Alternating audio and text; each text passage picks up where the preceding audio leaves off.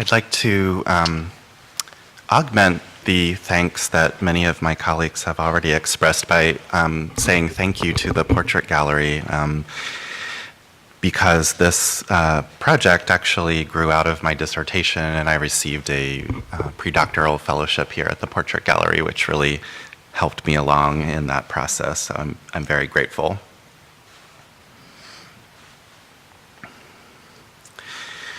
As a genre, portraiture is a social contract that relies particularly heavily on two of its constituent components in order to function successfully: a speech act on behalf of the artist and recognition of the subject by viewers.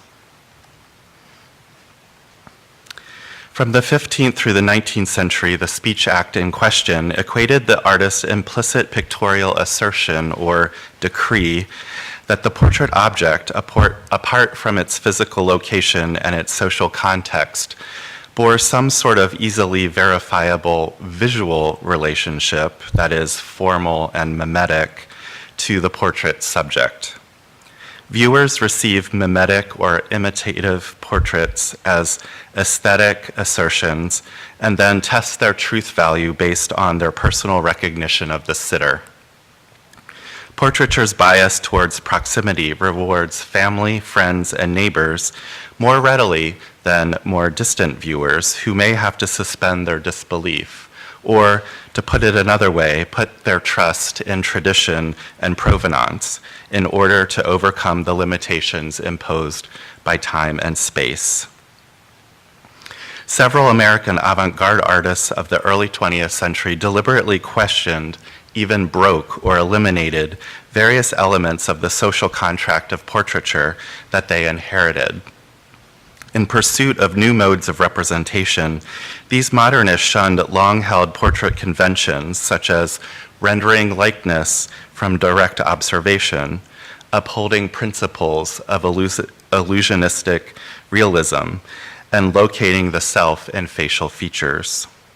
Instead, these artists followed the late 19th century French symbolist tenet of correspondance, in which the artist, rather than depicting superficial appearances, creates the visual equivalent of thoughts or feelings evoked by the subject. To accomplish these ends, American writers, filmmakers, artists, and composers on both sides of the Atlantic creatively experimented with varying means to express identity, including, among other examples, colored shapes, mathematical equations, military symbols, cloud formations, or items associated with the sitter. The portraits that they created, though unconventional, nevertheless fulfilled the traditional functions of the genre: evidentiary, commemorative, biographical, and political, functions which I will now unpack.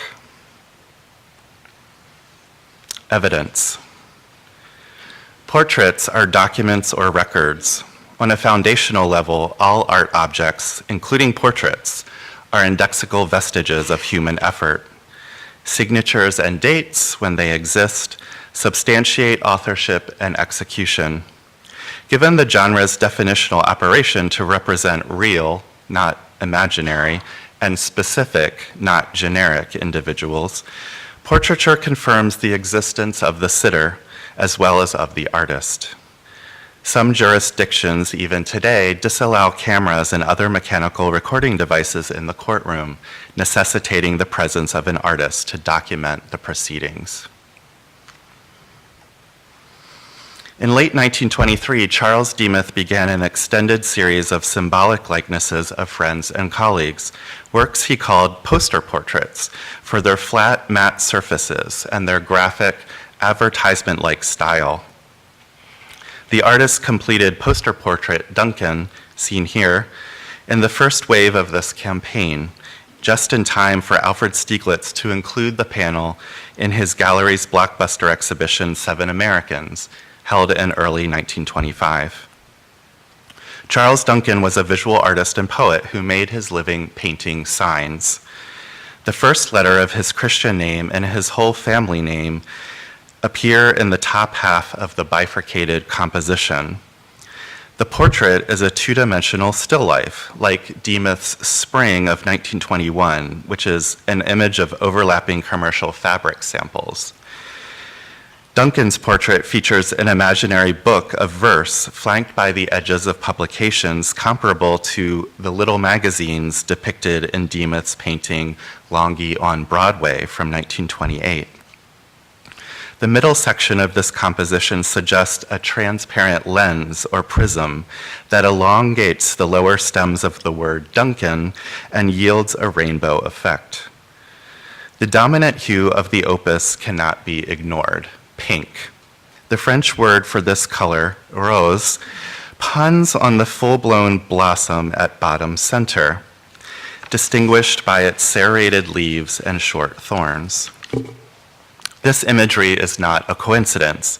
Both Demuth and Duncan knew and revered the French-born provocateur Marcel Duchamp, who adopted the persona of Eros c'est la vie and completed his magnum opus, The Bride Stripped Bare by Her Bachelor's Even, also known as The Large Glass, only a couple of years prior to this painting's appearance. Both Stieglitz Circle artists had also contributed poems to the short-lived journal The Blind Man in 1917 in support of Duchamp's ignominious sculpture, Fountain.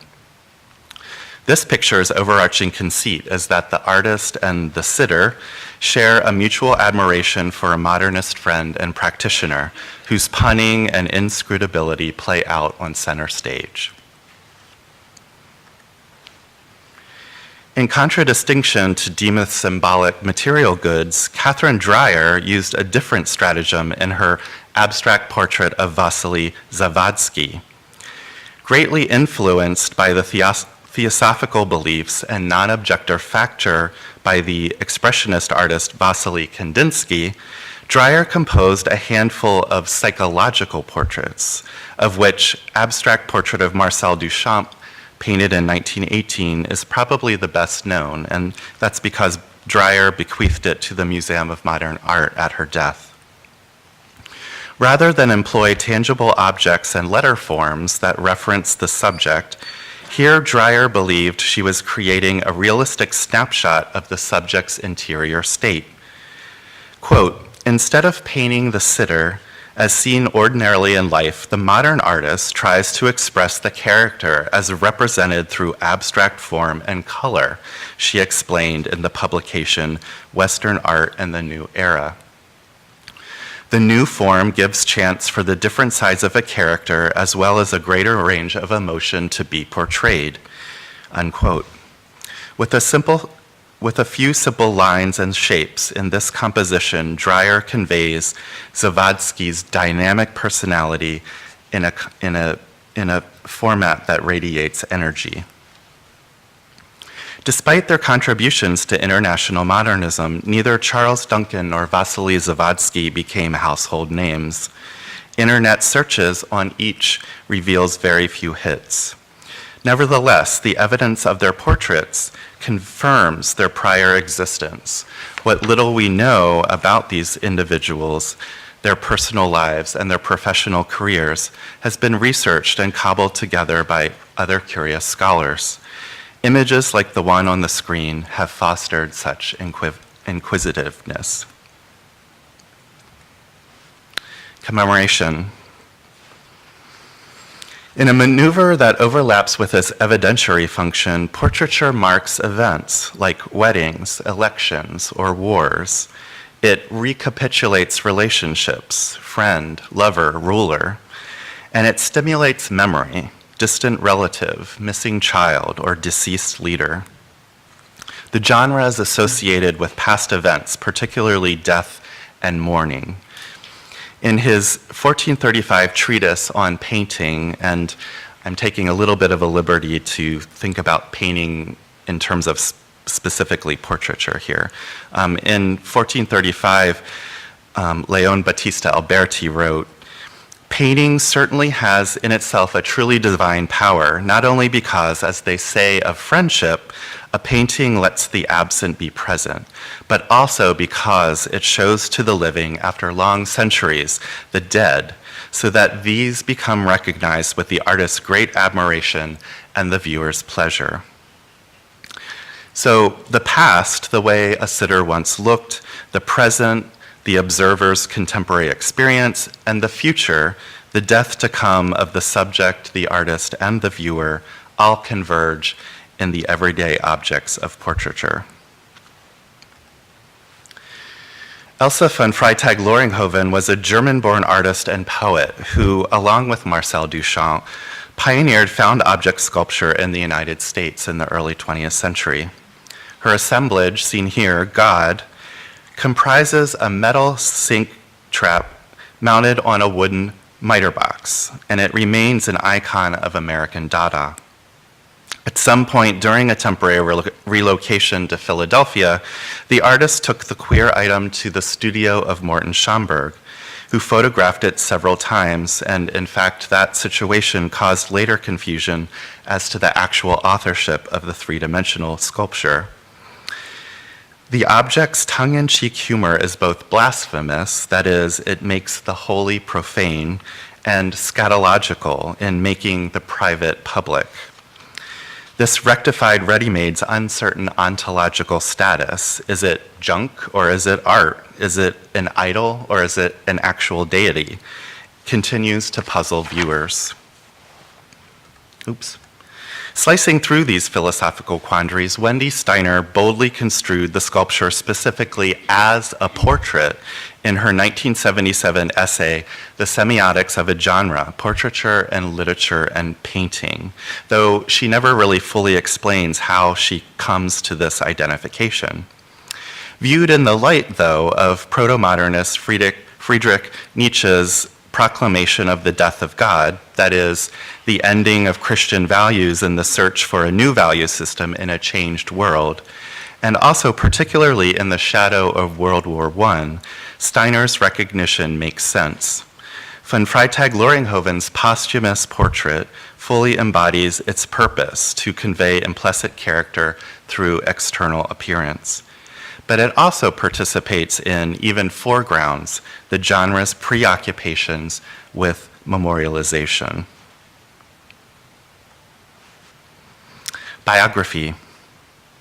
The commemorative function of portraiture, wherein the living recall the dead, presupposes life stories with beginnings, middles, and endings. Portraits can also amplify aspects of these personal narratives to convey a larger sense of the sitter than a momentary glimpse afforded by a single facial view from a fixed vantage point. Exceptional artists understand that even though images present all information simultaneously, viewers will move their eyes around even the most basic of compositions to create a sequence of perceptual and analytical episodes. Biography's relationship to portrayal dates back to the earliest human civilizations. Indeed, its literary origins are thinly veiled in the etymology of the English term, from the Greek bio, life, plus graphia, writing.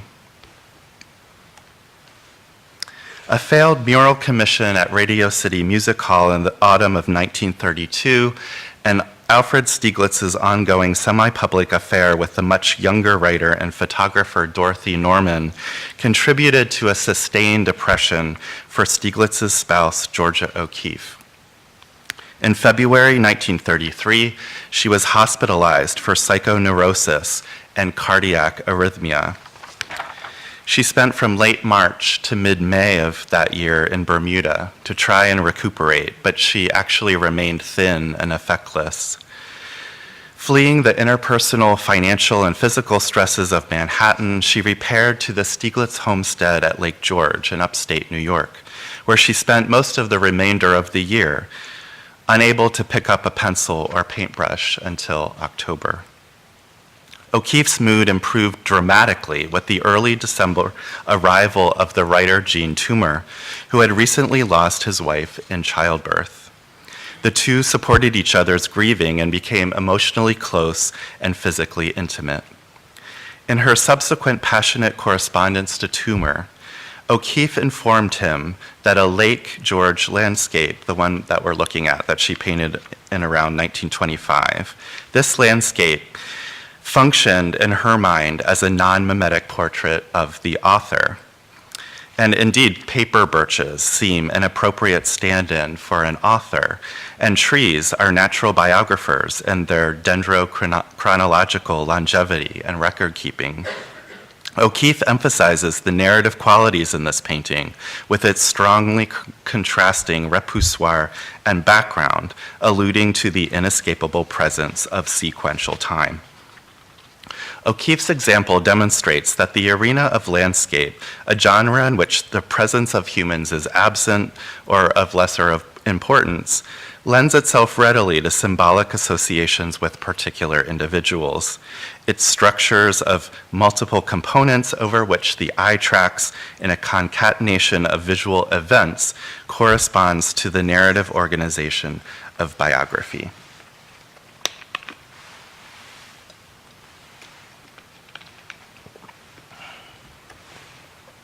Politics.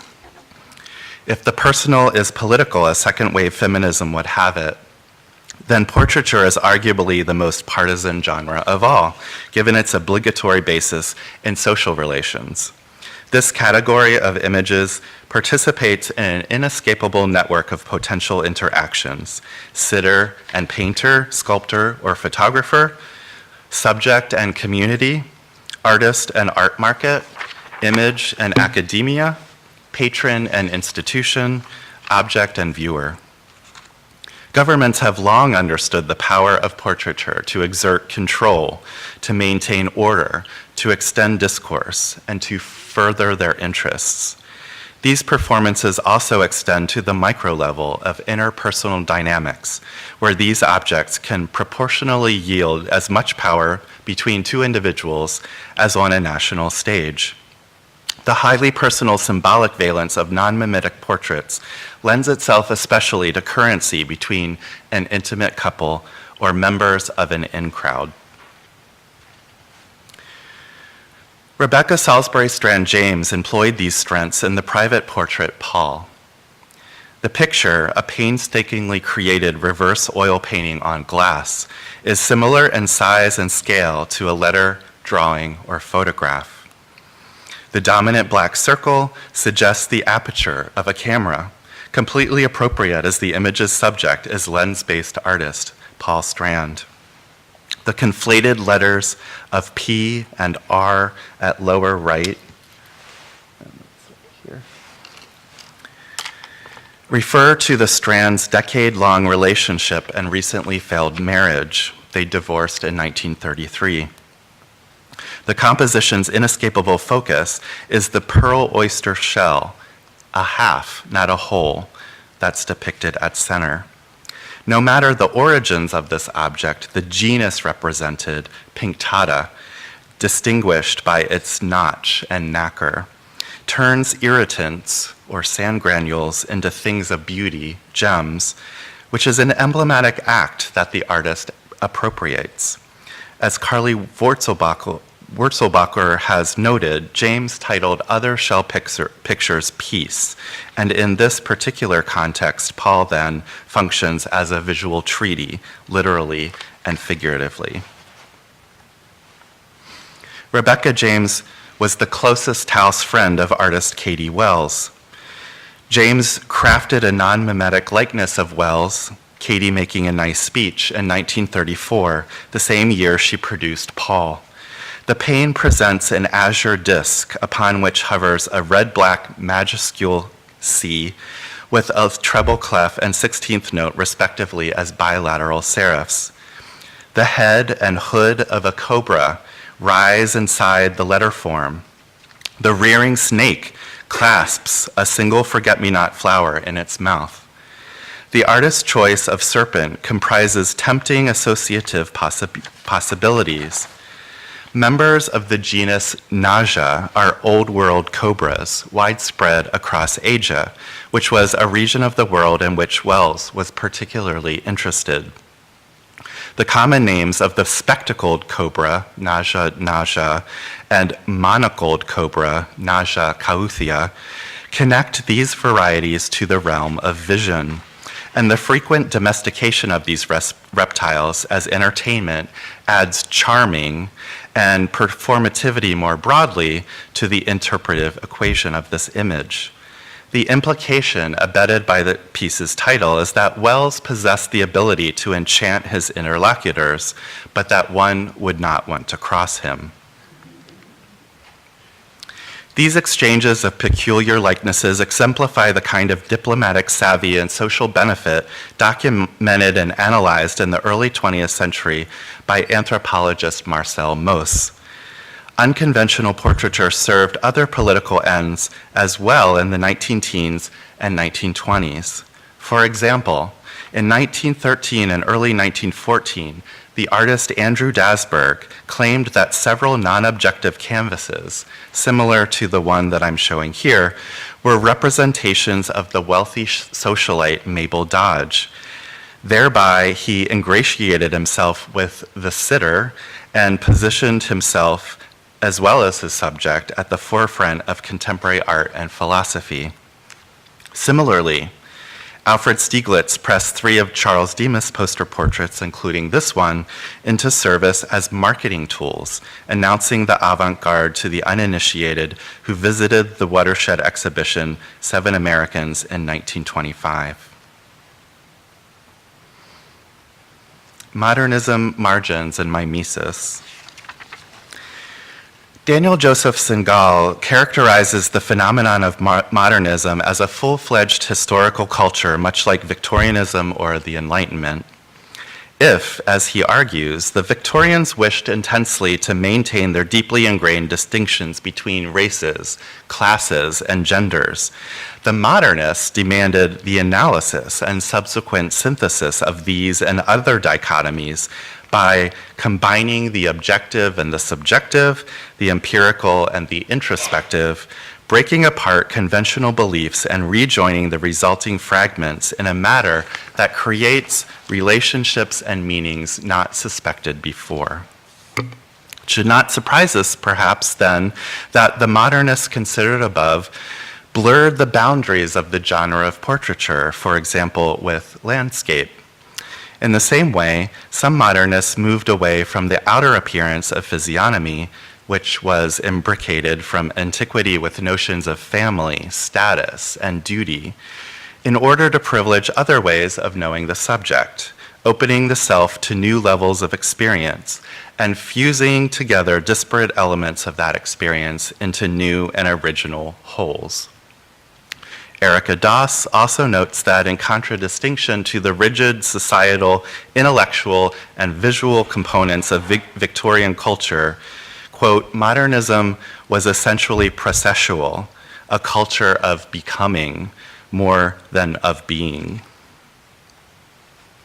The American avant-garde in the second and third decades of the 20th century jubilantly participated in this paradigm shift, producing radically different depictions of the same sitter.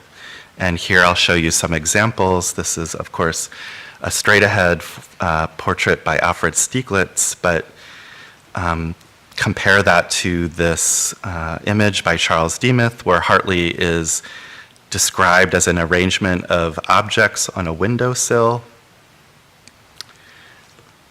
This sheet where Hartley is compared to an anthropomorphic amalgamation of brightly colored triangles.